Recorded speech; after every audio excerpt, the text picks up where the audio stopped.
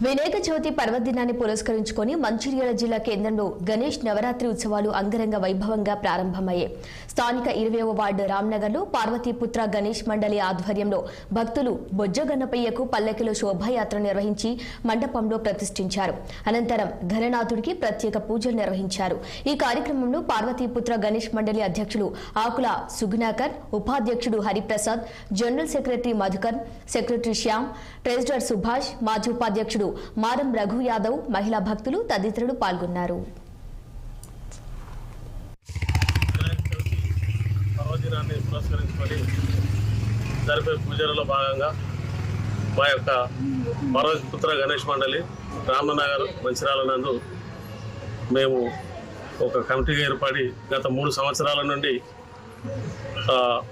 చాలా ఘనంగా మా కమిటీ పార్వతీపుత్ర గణేష్ మండలి కమిటీ ద్వారా ఘనంగా నిర్వహిస్తున్నాము.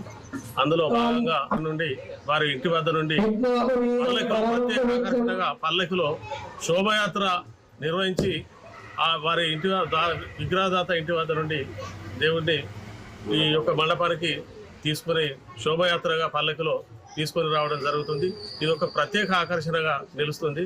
మేమందరం కమిటీ తరఫున అందరము ఈ నవరాత్రులు ఘనంగా ఇదే విధంగా అందరం సామూహికంగా ఉండి ఘనంగా నవరాత్రులు నిర్వహిస్తాం. ప్రత్యేకంగా 3 ఫీట్లే ఎక్కువ ఎత్తు లేకుండా, ఎలాంటి పొల్యూషన్ లేకుండా ఈ యొక్క 3 ఫీట్ల విగ్రహాన్ని ప్రతిష్టాపన చేసి ఈ పూజలు అనేటి మా యొక్క హిందూ సాంప్రదాయబద్ధంగా పార్వతీపుత్ర గణేష్ మండలి తరఫున అందరము కలిసికట్టుగా ఉండి ఈ యొక్క నవరాత్రులను ఘనంగా నిర్వహించి ముగిస్తాము. జై బోలో గణేష్ మహారాజ్. ఈరోజు